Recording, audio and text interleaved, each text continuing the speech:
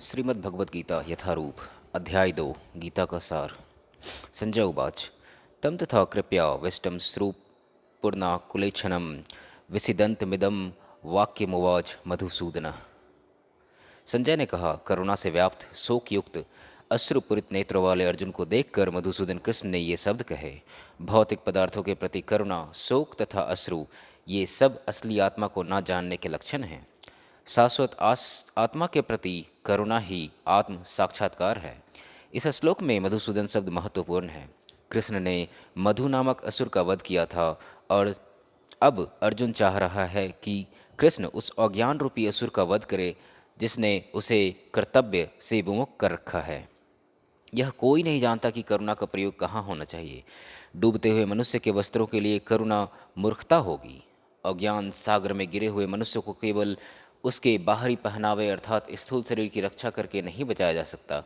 जो इसे नहीं जानता और बाहरी पहनावे के लिए शोक करता है वह शूद्र कहलाता है, अर्थात वह वृथा ही शोक करता है। अर्जुन तो क्षत्रिय था, अतः उससे ऐसे आचरण की आशा न थी, किंतु भगवान कृष्ण अज्ञानी पुरुष के शोक को विनष्ट कर सकते हैं और इसी उद्देश्य से उन्होंने भगवत गीता का उपदेश दिया। यह अध्याय हमें भौतिक शरीर तथा आत्मा के वैश्लेषिक अध्ययन द्वारा आत्म साक्षात्कार का उपदेश देता है, जिसकी व्याख्या परम अधिकारी भगवान कृष्ण द्वारा की गई है। यह साक्षात्कार तभी संभव है जब मनुष्य निष्काम भाव से कर्म करे और आत्मबोध को प्राप्त हो। श्री भगवान उवाच कुतस्त्वा कस्मलमिदं विस्मये समुपस्थितम् अनार्य जुष्ट मस्वर्ग्य गम कीर्ति करमर्जुन। श्री भगवान ने कहा, हे अर्जुन, तुम्हारे मन में यह कलमस आया कैसे? यह उस मनुष्य के लिए तनिक भी अनुकूल नहीं है जो जीवन के मूल्य को जानता हो। इससे उच्च लोक की नहीं अपितु अपयश की प्राप्ति होती है। श्री कृष्ण तथा भगवान अभिन्न हैं, इसलिए श्री कृष्ण को संपूर्ण गीता में भगवान ही कहा गया है। भगवान परम सत्य की प्रकाष्ठा हैं। परम सत्य का बोध ज्ञान की 3 अवस्थाओं में होता है। ब्रह्म या निर्विशेष सर्वव्यापी चेतना, परमात्मा या भगवान का अंतर्यामी रूप जो समस्त जीवों के हृदय में है, तथा भगवान या श्री भगवान कृष्ण। श्रीमद्भागवत में परम सत्य की यह धारणा इस प्रकार बताई गई है। वदन्ति तत्त्वद् विद अस्तत्वम यज्ञान मद्वयम ब्रह्मोति परमात्मोति भगवान नीति शब्दते। परम सत्य का ज्ञाता परम सत्य का अनुभव ज्ञान की 3 अवस्थाओं में करता है और ये सब अवस्थाएं एक रूप हैं। ये ब्रह्म, परमात्मा तथा भगवान के रूप में व्यक्त की जाती हैं। इन तीन दिव्य पक्षों को सूर्य के दृष्टांत द्वारा समझाया जा सकता है, क्योंकि इसके भी 3 भिन्न भिन्न पक्ष होते हैं, यथा धूप प्रकाश, सूर्य की सतह तथा सूर्यलोक स्वयं। जो सूर्य के प्रकाश का अध्ययन करता है वह नौसिखिया है। जो सूर्य की सतह को समझता है वह कुछ आगे बढ़ा होता है, और जो सूर्य लोक में प्रवेश कर सकता है वह उच्चतम ज्ञानी है। जो नौसिखिया सूर्य प्रकाश, उसकी विश्व व्याप्ति तथा उसकी निर्विशेष प्रकृति के अखंड तेज के ज्ञान से ही तुष्ट हो जाता है, तथा वह उस व्यक्ति के समान है जो परम सत्य के ब्रह्म रूप को ही समझ सकता है। जो व्यक्ति कुछ अधिक जानकार है वह सूर्य गोले के विषय में जान सकता है, जिसकी तुलना परम सत्य के परमात्मा स्वरूप से की जाती है। जो व्यक्ति सूर्यलोक के अंतर में प्रवेश कर सकता है उसकी तुलना उससे की जाती है जो परम सत्य के साक्षात रूप की अनुभूति प्राप्त करता है। अतः जिन भक्तों ने परम सत्य के भगवान स्वरूप का साक्षात्कार किया है वे सर्वोच्च अध्यात्मवादी हैं। यद्यपि परम सत्य के अध्ययन में रत सारे विद्यार्थी एक ही विषय के अध्ययन में लगे हुए हैं। सूर्य का प्रकाश, सूर्य का गोल तथा सूर्य लोक की भीतरी बातें, इन तीनों को एक दूसरे से विलग नहीं किया जा सकता। फिर भी तीनों अवस्थाओं के अध्येता एक ही श्रेणी के नहीं होते। संस्कृत शब्द भगवान की व्याख्या व्यासदेव के पिता पराशर मुनि ने की है। समस्त धन, शक्ति, यश, सौंदर्य, ज्ञान तथा त्याग से युक्त परम पुरुष भगवान कहलाता है। ऐसे अनेक व्यक्ति हैं जो अत्यंत धनी हैं, अत्यंत शक्तिमान हैं, अत्यंत सुंदर हैं और अत्यंत विख्यात विद्वान तथा विरक्त भी हैं, किंतु कोई साधिकार यह नहीं कह सकता कि उसके पास सारा धन, शक्ति आदि है। एकमात्र कृष्ण ही ऐसा दावा कर सकते हैं क्योंकि वे भगवान हैं। ब्रह्मा, शिव या नारायण सहित कोई भी जीव कृष्ण के समान पूर्ण ऐश्वर्यवान नहीं है। अतः ब्रह्म संहिता में स्वयं ब्रह्मा जी का निर्णय है कि श्री कृष्ण स्वयं भगवान हैं। ना तो कोई उनके तुल्य है, ना उनसे बढ़कर है। वे आदि स्वामी या भगवान हैं, गोविंद रूप में जाने जाते हैं और समस्त कारणों के परम कारण हैं। ईश्वर परमः कृष्ण सच्चिदानंद विग्रह अनादि रादि गोविंद सर्व कारण कारणम। ऐसे अनेक पुरुष हैं जो भगवान के गुणों से युक्त हैं, किंतु कृष्ण परम हैं क्योंकि उनसे बढ़कर कोई नहीं है। वे परम पुरुष हैं और उनका शरीर सच्चिदानंदमय है। वे आदि भगवान गोविंद हैं और समस्त कारणों के कारण हैं। भागवत में भी भगवान के नाना अवतारों की सूची है, किंतु कृष्ण को आदि भगवान बताया गया है, जिनसे अनेकानेक अवतार तथा ईश्वर विस्तार करते हैं।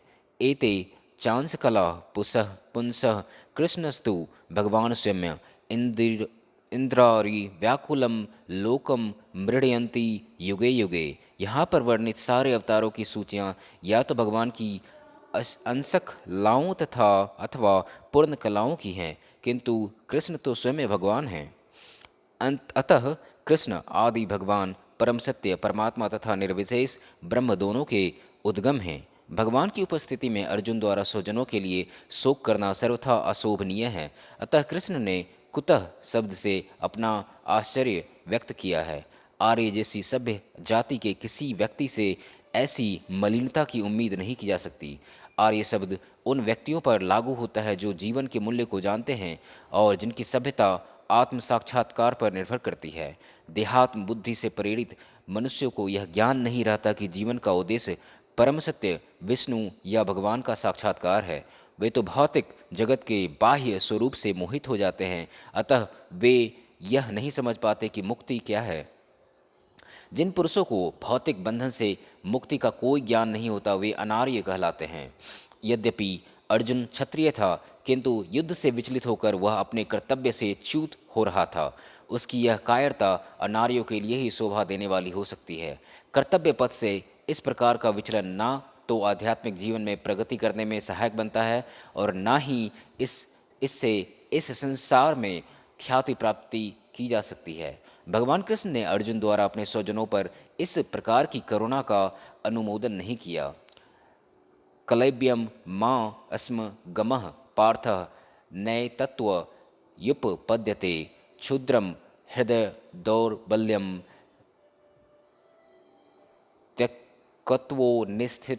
त्यक्त्वोत्तिष्ठित परंतप। हे प्रथापुत्र, इस हीन नपुंसकता को प्राप्त मत हो, यह तुम्हें शोभा नहीं देती। हे शत्रुओं के दमन करता, हृदय की क्षुद्र दुर्बलता को त्याग कर युद्ध के लिए खड़े हो जाओ। तात्पर्य: अर्जुन को प्रथापुत्र के रूप में संबोधित किया गया है। प्रथा कृष्ण के पिता वसुदेव की बहन थी, अतः कृष्ण के साथ अर्जुन का रक्त संबंध था। यदि क्षत्रिय पुत्र लड़ने से मना करता है तो वह नाम का क्षत्रिय है, और यदि ब्राह्मण पुत्र अपवित्र कार्य करता है तो वह नाम का ब्राह्मण है। ऐसे क्षत्रिय तथा ब्राह्मण अपने पिता के अयोग्य पुत्र होते हैं। अतः कृष्ण यह नहीं चाहते थे कि अर्जुन अयोग्य क्षत्रिय पुत्र कहलाए। अर्जुन कृष्ण का घनिष्ठतम मित्र था और कृष्ण प्रत्यक्ष रूप से उसके रथ का संचालन कर रहे थे, किंतु इन सब गुणों के होते हुए भी यदि अर्जुन युद्ध भूमि को छोड़ता है तो वह अत्यंत निंदनीय कार्य करेगा। अतः कृष्ण ने कहा कि ऐसी प्रवृत्ति अर्जुन के व्यक्तित्व को शोभा नहीं देती। अर्जुन यह तर्क कर सकता है कि वह परम पूज्य भीष्म तथा स्वजनों के प्रति उदार दृष्टिकोण के कारण युद्ध भूमि छोड़ रहा है, किंतु कृष्ण ऐसी उदारता को केवल हृदय दौर्बल्य मानते हैं। ऐसी झूठी उदारता का अनुमोदन एक भी शास्त्र नहीं करता। अतः अर्जुन जैसे व्यक्ति को कृष्ण के प्रत्यक्ष निर्देशन में ऐसी उदारता तथा तथाकथित अहिंसा का प्रत्याग कर देना चाहिए। अर्जुन उवाच कथम भीष्महं संख्ये द्रोणं च मधुसूदन इसुभि प्रतियोत्स्यामि पूर्जाहार वरिसूदन। अर्जुन ने कहा, हे शत्रुहंता, हे मधुसूदन, मैं युद्ध भूमि में किस तरह भीष्म तथा द्रोण जैसे पूजनीय व्यक्तियों पर उलटकर बाण चलाऊंगा। तात्पर्य: भीष्म पितामह तथा द्रोणाचार्य जैसे सम्माननीय व्यक्ति सदैव पूजनीय हैं। यदि वे आक्रमण भी करें तो उन पर पलटकर आक्रमण नहीं करना चाहिए। यह सामान्य शिष्टाचार है कि गुरुजनों से वाग्य युद्ध भी ना किया जाए। यहाँ तक कि यदि कभी वे रुक्ष व्यवहार करें तो भी उसके साथ रुक्ष व्यवहार ना किया जाए। तो फिर भला अर्जुन उन पर बाण कैसे छोड़ सकता था? क्या कृष्ण कभी अपने पितामह नाना उग्रसेन या अपने आचार्य सांदीपनि मुनि पर हाथ चला सकते थे? अर्जुन ने कृष्ण के समक्ष यही कुछ तर्क प्रस्तुत किए। गुरु नहत्वा ही भगवान महानुभगवान गुरु नहत्वा ही महानुभवान श्रेयो भोक्तुम भैक्ष्यम पीह लोके हत्वार्थ कामास्तुम गुरु निहैव भुंजनीय भोगान्ध्रु धीर प्रदिगधान। ऐसे महापुरुषों को जो मेरे गुरु हैं, उन्हें मारकर जीने की अपेक्षा इस संसार में भीख मांगकर खाना अच्छा है। भले ही वे सांसारिक लाभ के इच्छुक हो, किंतु हैं तो गुरुजन ही। यदि उनका वध होता है तो हमारे द्वारा भोग्य प्रत्येक वस्तु उनके रक्त से सनी होगी। शास्त्रों के अनुसार ऐसा गुरु जो निंद कर्म में रत हो और जो विवेक शून्य हो, त्याज्य है। दुर्योधन से आर्थिक सहायता लेने के कारण भीष्म तथा द्रोण उसका पक्ष लेने के लिए बाध्य थे। यद्यपि केवल आर्थिक लाभ से ऐसा करना उनके लिए उचित न था। ऐसी दशा में वे आचार्यों का सम्मान खो बैठे थे। किंतु अर्जुन सोचता है कि इतने पर भी वे उसके गुरुजन हैं, अतः उनका वध करके भौतिक लाभों का भोग करने का अर्थ होगा रक्त में सने अवशेषों का भोग। न चैद्विन ह्यः कतरन्नो गरियो यद्वा जयेम यदि वानो जयेयुः यानेव हत्वा न जीजीविषाम अस्ते वस्थिता प्रमुखे धृतराष्ट्र। हम यह भी नहीं जानते कि हमारे लिए क्या श्रेष्ठ है, उनको जीतना या उनके द्वारा जीते जाना। यदि हम धृतराष्ट्र के पुत्रों का वध कर देते हैं तो हमें जीवित रहने की आवश्यकता नहीं है। फिर भी वे युद्ध भूमि में हमारे समक्ष खड़े हैं। तात्पर्य: अर्जुन की समझ में यह नहीं आ रहा था कि वह क्या करे, युद्ध करे या अनावश्यक रक्तपान का कारण बने। यद्यपि क्षत्रिय होने के नाते युद्ध करना उसका धर्म था, या फिर वह युद्ध से विमुख होकर भीख मांगकर जीवन यापन करे। यदि वह शत्रु को जीतता नहीं तो जीविका का एकमात्र साधन भिक्षा ही रह जाता है। फिर जीत भी तो निश्चित नहीं है, क्योंकि कोई भी पक्ष विजयी हो सकता है। यदि उसकी विजय हो भी जाए क्योंकि उसका पक्ष न्याय पर है, तो भी यदि धृतराष्ट्र के पुत्र मरते हैं तो उनके बिना रह पाना अत्यंत कठिन हो जाएगा। उस दशा में यह उसकी दूसरे प्रकार की हार होगी। अर्जुन द्वारा व्यक्त इस प्रकार के ये विचार सिद्ध करते हैं कि वह न केवल भगवान का महान भक्त था, अपितु वह अत्यधिक प्रबुद्ध है और अपने मन तथा इंद्रियों पर पूर्ण नियंत्रण रखने वाला था। राज परिवार में जन्म लेकर भी भिक्षुओं द्वारा जीवित रहने की इच्छा उसकी विरक्ति का दूसरा लक्षण है। ये सारे गुण तथा अपने आध्यात्मिक गुरु श्री कृष्ण के उपदेशों में उसकी श्रद्धा, ये सब मिलकर सूचित करते हैं कि वह सचमुच पुण्यात्मा था। इस तरह का निष्कर्ष निकला है कि अर्जुन मुक्ति के सर्वथा योग्य था। जब तक इंद्रियां संयमित न हो, ज्ञान के पद तक उठ पाना कठिन है और बिना ज्ञान तथा भक्ति के मुक्ति नहीं होती। अर्जुन अपने भौतिक गुणों के अतिरिक्त इन समस्त दैवी गुणों में भी दक्ष था। कार्पण्यो दोषो पहत स्वभाव पृच्छामि मां धर्म अस्मूढ़ चेता यच्छ्रेयः स्यान्निश्चितं ब्रूहि तन्मे शिष्यते अहम साधि मां त्वां प्रपन्नम। अब मैं अपनी कृपण दुर्बलता के कारण अपना कर्तव्य भूल गया हूँ और सारा धैर्य खो चुका हूँ। ऐसी अवस्था में मैं आपसे पूछ रहा हूँ कि जो मेरे लिए श्रेयस्कर हो उसे निश्चित रूप से बताएं। अब मैं आपका शिष्य हूँ और आपका शरणागत हूँ, कृपया मुझे उपदेश दें। तात्पर्य: यह प्राकृतिक नियम है कि भौतिक कार्यकलाप की प्रणाली ही हर एक के लिए चिंता का कारण है। पग पग पर उलझन मिलती है, अतः प्रामाणिक गुरु के पास जाना आवश्यक है, जो जीवन के उद्देश्य को पूरा करने के लिए समुचित पथ निर्देश दे सके। समग्र वैदिक ग्रंथ हमें यह उपदेश देते हैं कि जीवन की अनचाही उलझनों से मुक्त होने के लिए प्रामाणिक गुरु के पास जाना चाहिए। ये उलझनें उस दावाग्नि के समान हैं जो किसी के द्वारा लगाए बिना भभक उठती हैं।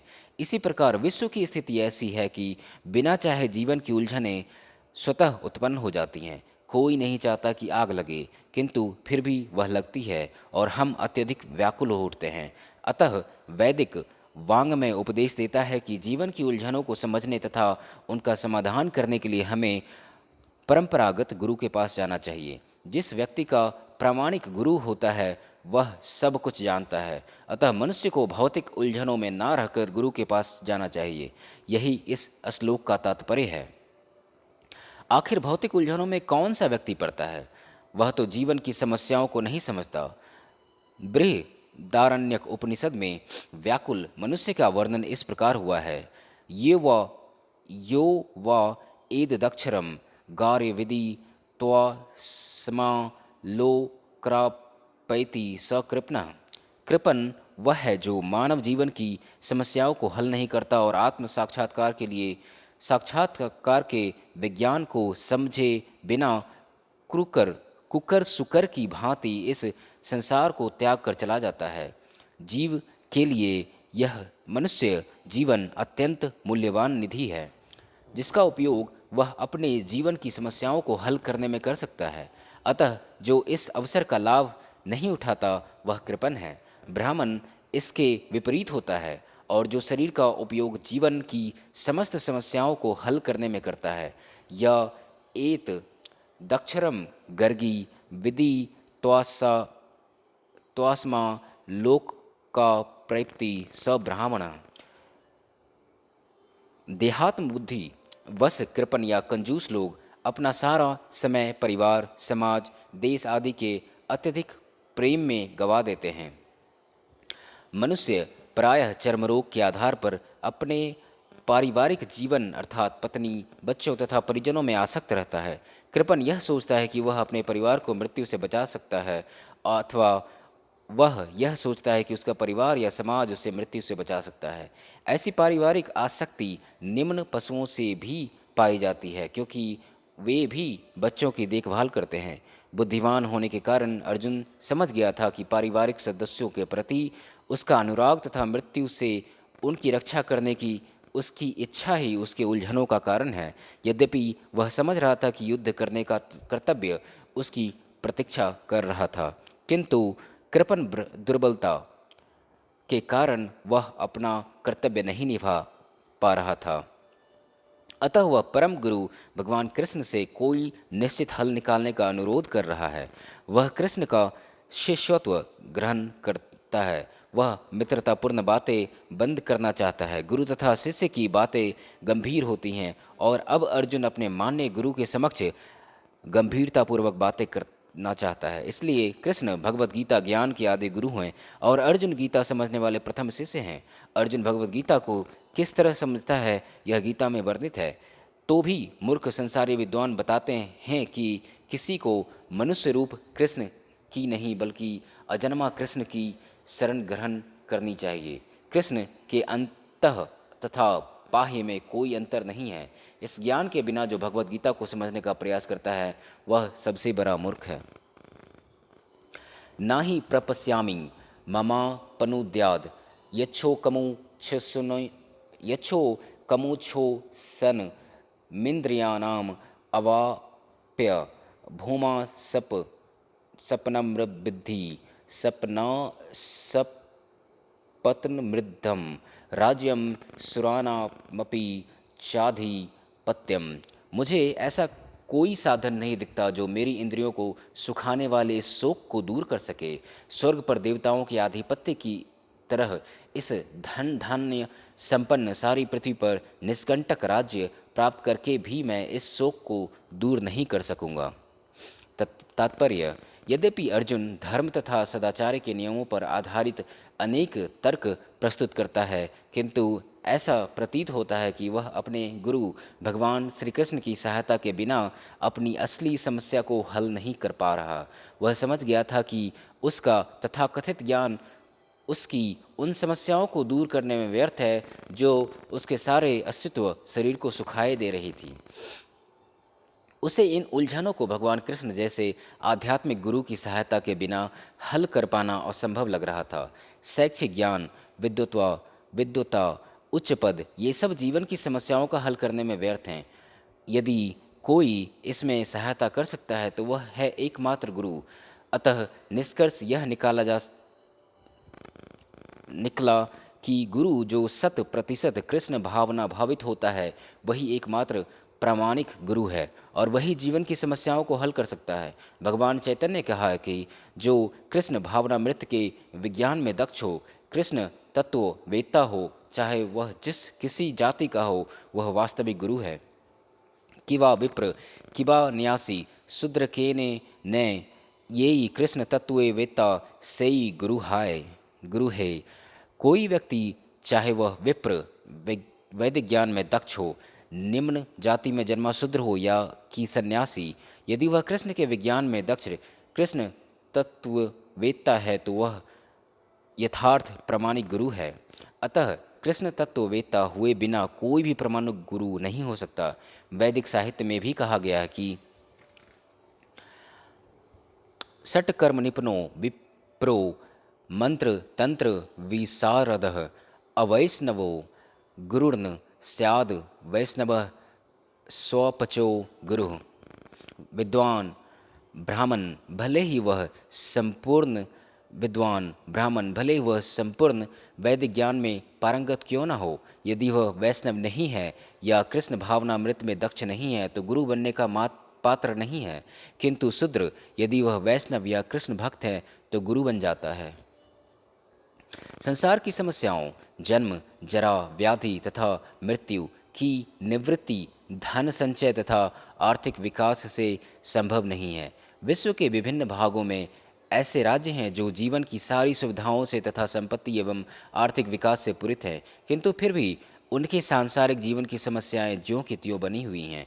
वे विभिन्न साधनों से शांति खोजते हैं, किंतु वास्तविक सुख उन्हें तभी मिल पाता है जब वे कृष्ण भावनामृत से युक्त कृष्ण के प्रामाणिक प्रतिनिधि के माध्यम से कृष्ण तत्व पूरक भगवद गीता तथा श्रीमद् भागवत के परामर्श को ग्रहण करते हैं। यदि आर्थिक विकास तथा भौतिक सुख किसी के पारिवारिक, सामाजिक, राष्ट्रीय या अंतर्राष्ट्रीय अव्यवस्था से उत्पन्न हुए शोकों को दूर कर पाते हैं तो अर्जुन यह ना कहता है कि पृथ्वी का अप्रतिम राज्य या स्वर्गलोक में देवताओं की सर्वोच्चता भी उसके शोकों को दूर नहीं कर सकती। इसलिए उसने कृष्ण भावनामृत का ही आश्रय ग्रहण किया और यही शांति तथा समरसता का उचित मार्ग है। आर्थिक विकास या विश्व आधिपत्य प्राकृतिक प्रलय द्वारा किसी भी क्षण समाप्त हो सकता है। यहाँ तक कि चंद्रलोक जैसे उच्च लोकों की यात्रा भी, जिसके लिए मनुष्य प्रयत्नशील हैं, एक झटके में समाप्त हो सकती है। भगवद गीता इसकी पुष्टि करती है। क्षीणे पुण्य मृत्युलोक विसंति। जब पुण्य कर्मों के फल समाप्त हो जाते हैं तो मनुष्य सुख के शिखर से जीवन के निम्नतम स्तर पर गिर जाता है। इस तरह से विश्व के अनेक राजनीतिज्ञों का पतन हुआ है। ऐसा अधपतन शोक का कारण बनता है। अतः यदि हम सदा के लिए शोक का निवारण चाहते हैं तो हमें कृष्ण की शरण ग्रहण करनी होगी, जिस तरह अर्जुन ने की। अर्जुन ने श्री कृष्ण से प्रार्थना की कि वे उसकी समस्या का निश्चित समाधान कर दें और यही कृष्ण भावनामृत की विधि है। संजय उवाच एव मुक्त हृषिकेशम गुडाकेश परंतपः न योत्स इति गोविंद मुक्तवा तूष्णी बभूवः। संजय ने कहा, इस प्रकार कहने के बाद शत्रुओं का दमन करने वाला अर्जुन कृष्ण से बोला, हे गोविंद, मैं युद्ध नहीं करूँगा, और चुप हो गया। तात्पर्य: धृतराष्ट्र को यह जानकर परम प्रसन्नता हुई कि अर्जुन युद्ध ना करके युद्ध भूमि छोड़कर भिक्षाटन करने जा रहा है, किंतु संजय ने उसे पुनः यह कहकर निराश कर दिया कि अर्जुन अपने शत्रुओं को मारने में सक्षम है। यद्यपि कुछ समय के लिए अर्जुन अपने पारिवारिक स्नेह के प्रति मिथ्या शोक से अभिभूत था, किंतु उसने कृष्ण रूप में अपने गुरु श्री कृष्ण की शरण ग्रहण कर ली। इससे सूचित होता है कि शीघ्र ही वह इस शोक से निवृत्त हो जाएगा और आत्म साक्षात्कार या कृष्ण भावनामृत के पूर्ण ज्ञान से प्रकाशित होकर पुनः युद्ध करेगा। इस तरह धृतराष्ट्र का हर्ष भंग हो जाएगा। तबुमाच हृषिकेश प्रहसन्वी प्रहसन्नीव भारत सेनियो रुभ योर मध्ये वित्सीद तन्मितम वच। हे भरतवंशी धृतराष्ट्र, उस समय दोनों सेनाओं के मध्य शोक मग्न ने अर्जुन से कृष्ण ने मानो हंसते हुए ये शब्द कहे। तात्पर्य: दो घनिष्ठ मित्रों अर्थात हृषिकेश तथा गुड़ाकेश के मध्य वार्ता चल रही थी। मित्र के रूप में दोनों का पद समान था, किंतु इनमें से एक स्वेच्छा से दूसरे का शिष्य बन गया। कृष्ण हंस रहे थे क्योंकि उनका मित्र अब उनका शिष्य बन गया था। सबों के स्वामी होने के कारण वे सदैव श्रेष्ठ पद पर रहते हैं, तो भी भगवान अपने भक्त के लिए सखा, पुत्र या प्रेमी बनकर स्वीकार करते हैं। किंतु जब उन्हें गुरु रूप में अंगीकार कर लिया गया तो उन्होंने तुरंत गुरु की भूमिका निभाने के लिए शिष्य से गुरु की भांति गंभीरतापूर्वक बातें की, जैसा कि अपेक्षित है। ऐसा प्रतीत होता है कि गुरु तथा शिष्य की यह वार्ता दोनों सेनाओं की उपस्थिति में हुई, जिससे सारे लोग लाभान्वित हुए। अतः भगवद गीता का संवाद किसी एक व्यक्ति, समाज या जाति के लिए नहीं है, अपितु सबों के लिए है, और उसे सुनने के लिए शत्रु या मित्र समान रूप से अधिकारी हैं। श्री भगवान उवाच: अशोच्या नन्व शोच अस्तत्वं प्रज्ञावादश्च भाससे गतासुन गताशुष्म नानु शोचन्ति पंडिता। श्री भगवान ने कहा, तुम पांडित्यपूर्ण वचन कहते हुए उनके लिए शोक कर रहे हो जो शोक करने योग्य नहीं हैं। जो विद्वान होते हैं वे ना तो जीवित के लिए ना ही मृत के लिए शोक करते हैं। भगवान ने तत्काल गुरु का पद संभाला और अपने शिष्य को अप्रत्यक्षतः मूर्ख कहकर डांटा। उन्होंने कहा, तुम विद्वान की तरह बातें करते हो, किंतु तुम यह नहीं जानते कि जो विद्वान होता है, अर्थात जो यह जानता है कि शरीर तथा आत्मा क्या है, वह किसी भी अवस्था में शरीर के लिए, चाहे वह जीवित हो या मृत, शोक नहीं करता। अगले अध्यायों से यह स्पष्ट हो जाएगा कि ज्ञान का अर्थ पदार्थ तथा आत्मा एवं इन दोनों के नियामक को जानना है। अर्जुन का तर्क था कि राजनीति या समाज नीति की अपेक्षा धर्म को अधिक महत्व मिलना चाहिए, किंतु उसे यह ज्ञात नहीं था कि पदार्थ, आत्मा तथा परमेश्वर का ज्ञान धार्मिक सूत्रों से भी अधिक महत्वपूर्ण है। और चूंकि उसमें इस ज्ञान का अभाव था, अतः उसे विद्वान नहीं बनना चाहिए था। और चूंकि वह अत्यधिक विद्वान नहीं था, इसलिए वह शोक के सर्वथा अयोग्य वस्तु के लिए शोक कर रहा था। यह शरीर जन्मता है और आज या कल इसका विनाश निश्चित है, अतः शरीर उतना महत्वपूर्ण नहीं जितना कि आत्मा है। जो इस तथ्य को जानता है वही असली विद्वान है और उसके लिए शोक का कोई कारण नहीं हो सकता। ना त्वे वाहम जातु नासम ना त्वम नेमे जनाधिपः ना चैव ना भविष्यामः सर्वे वयमतः परम। ऐसा कभी नहीं हुआ कि मैं ना रहा हूँ या तुम ना रहे हो, अथवा ये समस्त राजा ना रहे हो, और ना ऐसा है कि भविष्य में हम लोग नहीं रहेंगे। तात्पर्य: वेदों में कठोपनिषद में तथा श्वेताश्वर उपनिषद में भी कहा गया कि जो श्री भगवान असंख्य जीवों के कर्म तथा कर्मफल के अनुसार उनकी अपनी अपनी परिस्थितियों में पालक हैं, वही भगवान अंश रूप में हर जीव के हृदय में वास कर रहे हैं। केवल साधु पुरुष जो एक ही ईश्वर को भीतर बाहर देख सकते हैं, पूर्ण एवं शाश्वत शांति प्राप्त कर पाते हैं। नित्यो नित्यानाम चेतन अश्चेत नानाम एको बहुनाम यो विदधाति कामान तमात्मस्थम ये नपुंस्यन्ति धीरा अस्तेषां शांति शाश्वती नेतरेषाम। जो वैदिक ज्ञान अर्जुन को प्रदान किया गया, वही विश्व के उन समस्त पुरुषों को प्रदान किया जाता है जो विद्वान होने का दावा तो करते हैं, किंतु जिनकी ज्ञान राशि न्यून है। भगवान यह स्पष्ट करते हैं कि वे स्वयं अर्जुन तथा युद्ध भूमि में एकत्र सारे राजा शाश्वत प्राणी हैं और इन जीवों की बद्ध तथा मुक्त अवस्थाओं में भगवान ही एकमात्र उनके पालक हैं।